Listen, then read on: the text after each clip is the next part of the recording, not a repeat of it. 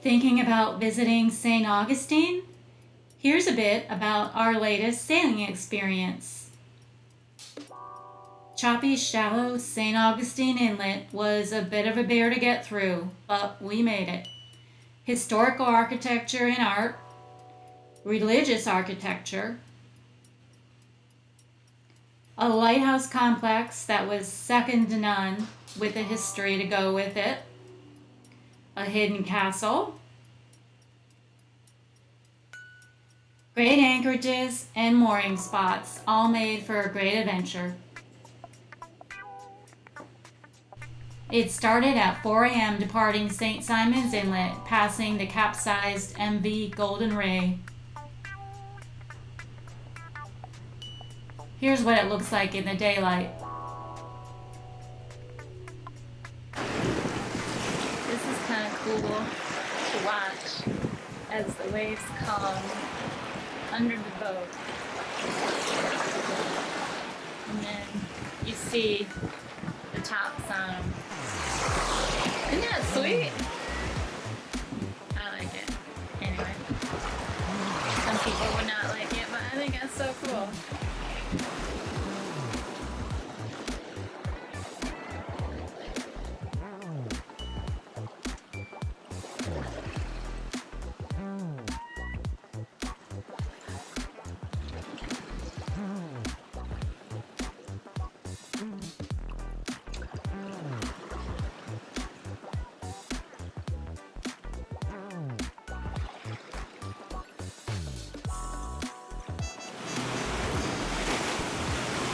Well, we made it St. Augustine, about 12 hours. We're headed into the inlet now, which is notoriously rough.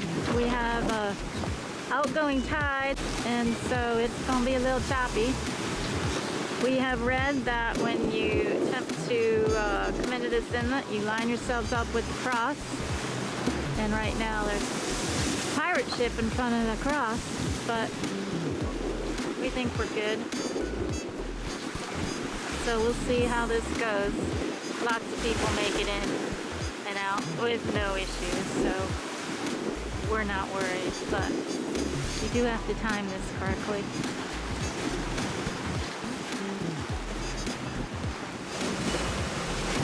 Choppy, choppy, choppy inlet here. You can see the lighthouse, and look those waves breaking. Ooh.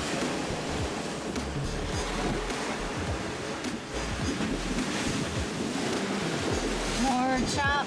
Look at that.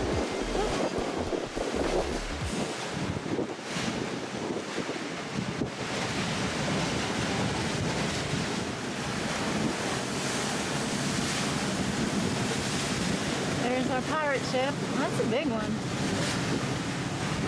We've heard that that's fun. Of course, we won't be doing that because we have our own ship.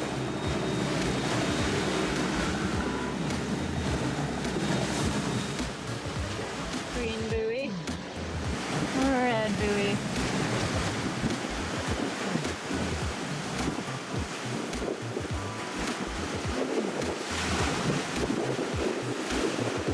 I left the jib out to try and steady us a little bit more.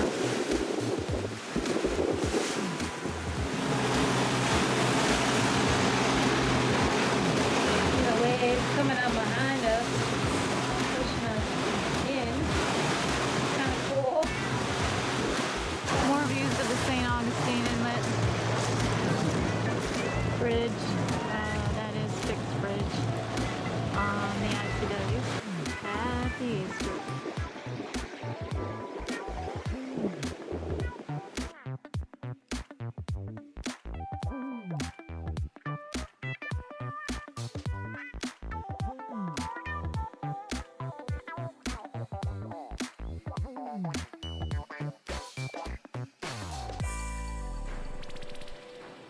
The nice thing about St. Augustine Inlet is the channel is so short.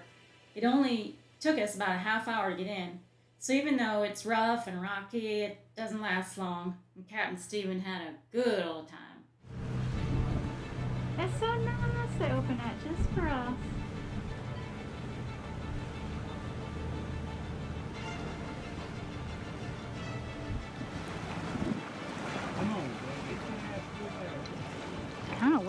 our boat here, right smack in the middle.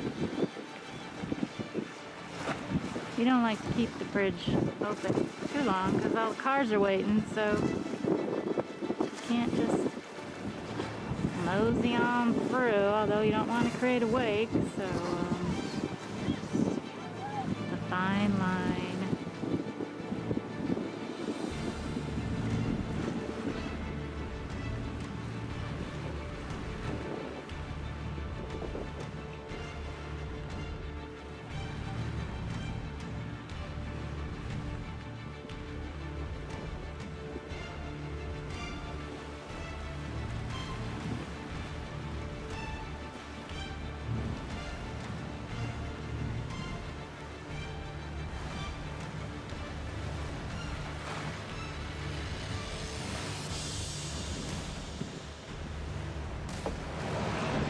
There we go. All through. Bananas.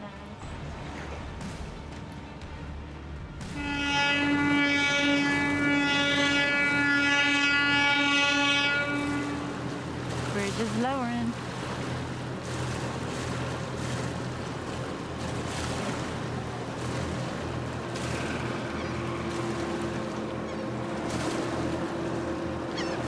Every hour and every half hour. But you do have to call. Otherwise, if there's no boats, they will not disrupt traffic.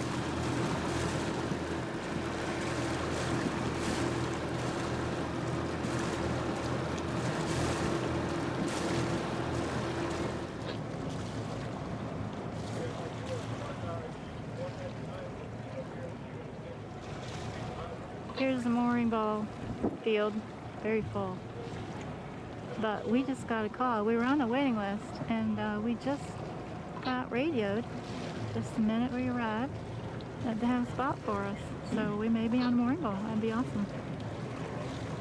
Here is our new mooring ball hookup. We have been experimenting with faster, more secure ways to secure to a ball with less chafe. And this seemed to work really well. We have two lines running back to the side cleats, and then we run each line through a ring. Then a chain is hooked to the ring with a locking carabiner. We slip the chain through the mooring ball eye, and then again through the carabiner and lock it in place. This is meant to prevent any line chafe, especially on eyes that have barnacles, which a lot of them do. The St. Augustine mooring balls are really well maintained, so we didn't have this issue here, but we want to be prepared for when we do have that issue. So this will prevent line chafe on eyes that do have the barnacles. One side note, when the municipal boats were making their rounds, they told us that they don't allow chains through their eyes. So they don't want us to wear down their eyes with metal on metal friction.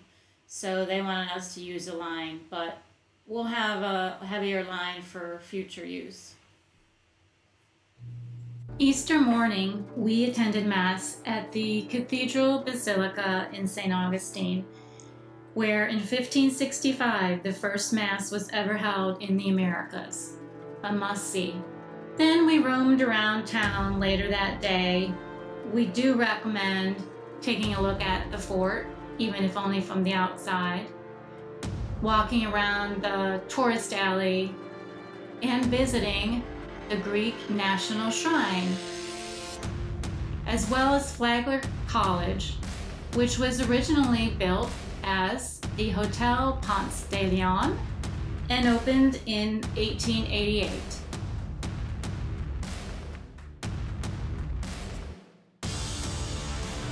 We also recommend Harry's Seafood, Cajun and Creole seafood in an 1887 historic bayfront home that is supposedly haunted. You'll see plenty of pirate ships out on the water during your visit. We recommend spending as much time admiring the downtown area as you can, but also renting a car and going down to the Matanzas Inlet. Salt Run is a great place to anchor, or there's a mooring field there as well, and it's managed by the city. You can see the Salt Run anchoring area from the lighthouse, and don't skip the lighthouse. This is second to none, extremely well preserved and beautiful, as well as bathed in historic references and buildings, and it is about a 2-hour adventure to see everything that they have there for the lighthouse. We also recommend visiting Villano Beach, and specifically the Castle Otttis, if you can get in there. It is quite an interesting piece of architecture. Here we are anchored at Salt Run. We were anchored at the St. Augustine City Marina for a while. Mooring ball. And they kicked us out this morning. They said they had some work to do in the mooring ball, so here we are. But this is beautiful over here. Actually, we were concerned about the depth, but we got in no problem. And actually, the further you go in, the deeper it gets. So tons of boats out here anchored. And we are right next to the lighthouse. So tonight, that'll be really pretty. We'll be able to see the light. We also recommend Anastasia State Park and the beaches. Great spot for paddleboarding and kayaking.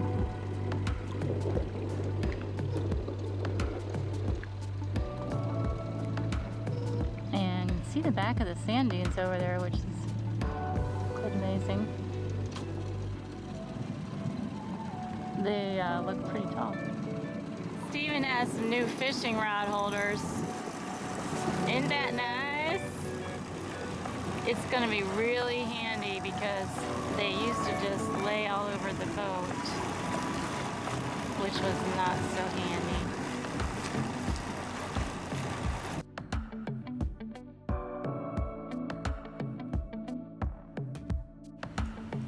A great spot to visit on the Salt Run side. You can dinghy right up to the Conch Bar and Marina, and they have these amazing wood carvings that are just gorgeous. I'm not sure who did them, but they're really, really great to see.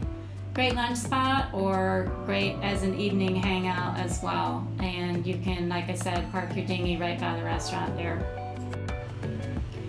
We returned to St. Simon's Island, and yes, it kind of looks similar. A lot of these beach towns look very similar as you're coming in the inlet. St. Simon's Lighthouse is another great lighthouse to see, and there are a ton of restaurants and little shops in the lighthouse area, so you can spend an afternoon there easily.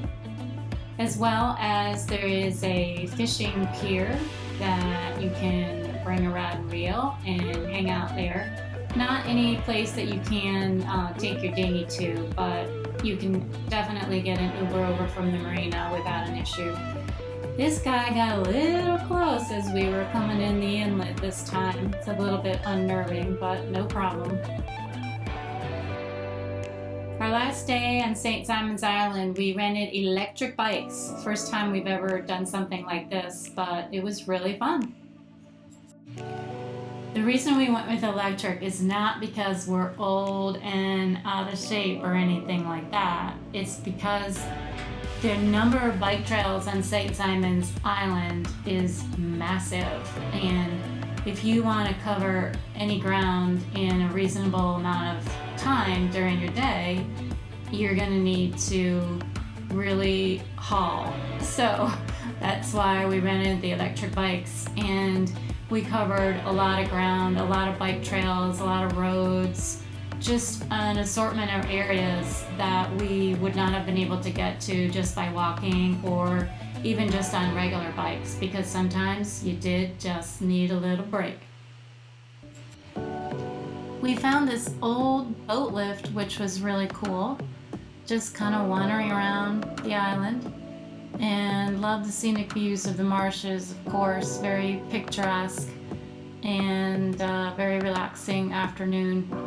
Stephen was a little disappointed that he couldn't fish at this particular creek, but you know, he'll get over it.